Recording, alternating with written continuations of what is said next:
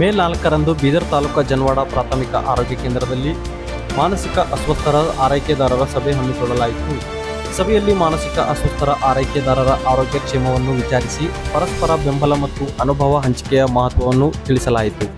ಸಮಯಕ್ಕೆ ಸರಿಯಾಗಿ ಔಷಧಿ ನೀಡುವ ವೈದ್ಯರ ಸಲಹೆ ಪಾಲಿಸುವುದು ಹಾಗೂ ಶಾಂತ ವಾತಾವರಣ ನಿರ್ಮಿಸುವುದು ಮಾನಸಿಕ ಆರೋಗ್ಯ ಕಾಪಾಡಲು ಅಗತ್ಯವೆಂದು ಸಭೆಯಲ್ಲಿ ತಿಳಿಸಲಾಯಿತು. ಒಟ್ಟು 6 ಜನ ಭಾಗವಹಿಸಿ ಆರೋಗ್ಯಕರ ಸಮಾಜ ನಿರ್ಮಾಣಕ್ಕೆ ತಮ್ಮ ಸಹಕಾರವನ್ನು ವ್ಯಕ್ತಪಡಿಸಿದರು. ಬೀದರ್ ಜಿಲ್ಲೆಯ ಜನವಾಡ ಪ್ರಾಥಮಿಕ ಆರೋಗ್ಯ ಕೇಂದ್ರದಲ್ಲಿ ಮಾನಸಿಕ ಅಸ್ವಸ್ಥರು ಹಾಗೂ ಅವರ ಆರೈಕೆದಾರರಿಗೆ ಸೈಕೋಸೋಷಿಯಲ್ ಎಜುಕೇಷನ್ ಕುರಿತು ವಿಶೇಷ ತರಬೇತಿ ಕಾರ್ಯಕ್ರಮ ನಡೆಸಲಾಯಿತು. ಕಾರ್ಯಕ್ರಮಕ್ಕೆ ಆರ್ಬಿಟ್ ಸಂಸ್ಥೆಯ ಕಾರ್ಯಕರ್ತೆ ಶ್ರೀಮತಿ ರೂಪಾಲಿರವರು ಸಂಪನ್ಮೂಲ ವ್ಯಕ್ತಿಯಾಗಿ ಭಾಗವಹಿಸಿದ್ದರು. ಮಾನಸಿಕ ಆರೋಗ್ಯದ ಮಹತ್ವ, ಖಿನ್ನತೆ, ಆತಂಕ ಹಾಗೂ ಒತ್ತಡ ನಿರ್ವಹಣೆ ಕುರಿತು ಅರಿವು ಮೂಡಿಸಲಾಯಿತು. ಜೊತೆಗೆ ಯೋಗ, ಧ್ಯಾನ, ಔಷಧೋಪಚಾರ, ಸಮಾಲೋಚನೆ ಮತ್ತು ಕುಟುಂಬದ ಬೆಂಬಲದ ಅಗತ್ಯತೆಯನ್ನು ಸಂಪೂರ್ಣವಾಗಿ ವಿವರಿಸಿದ್ದಾರೆ. ಈ ಕಾರ್ಯಕ್ರಮವು ಮಾನಸಿಕ ಆರೋಗ್ಯದ ಬಗ್ಗೆ ಜಾಗೃತಿ ಹೆಚ್ಚಿಸಿ ಸಮಾಜದಲ್ಲಿ ಸಕಾರಾತ್ಮಕ ಮನೋಭಾವ ಬೆಳೆಸುವಲ್ಲಿ ಮಹತ್ವ ಪಾತ್ರ ವಹಿಸಿದೆ.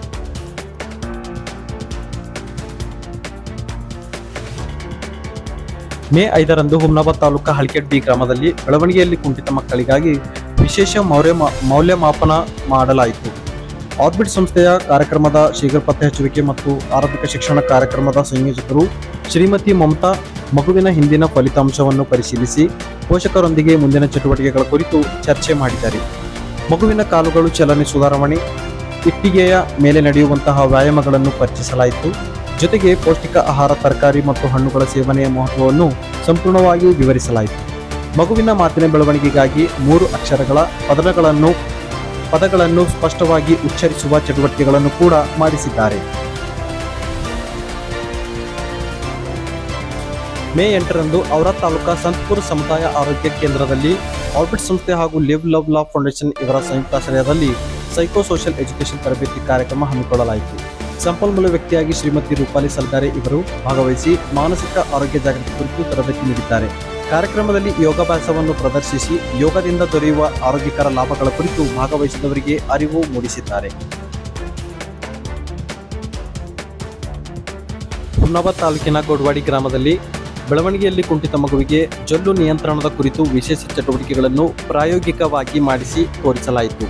ಮಗುವಿನ ದೈನಂದಿನ ಆರೈಕೆಯಲ್ಲಿ ಈ ಚಟುವಟಿಕೆಗಳನ್ನು ನಿಯಮಿತವಾಗಿ ಮನೆಯಲ್ಲಿ ಅಭ್ಯಾಸ ಮಾಡುವುದರಿಂದ ಸಮಸ್ಯೆ ಕಡಿಮೆಯಾಗಲು ಸಹಕಾರಿ ಎಂದು ಪೋಷಕರಿಗೆ ಮಾರ್ಗದರ್ಶನ ನೀಡಿದ್ದಾರೆ.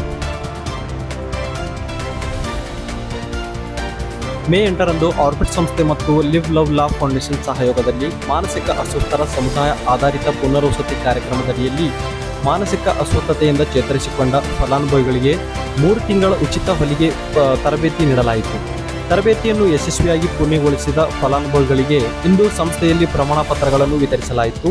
ಕಾರ್ಯಕ್ರಮವು ಅವರ ಆತ್ಮವಿಶ್ವಾಸ ಮತ್ತು ಸ್ವಾವಲಂಬನೆಯನ್ನು ಹೆಚ್ಚಿಸಿ ಗೌರವಯುತ ಜೀವನವನ್ನು ಹೊಸ ದಾರಿಯನ್ನು ತೆರೆದಿದೆ.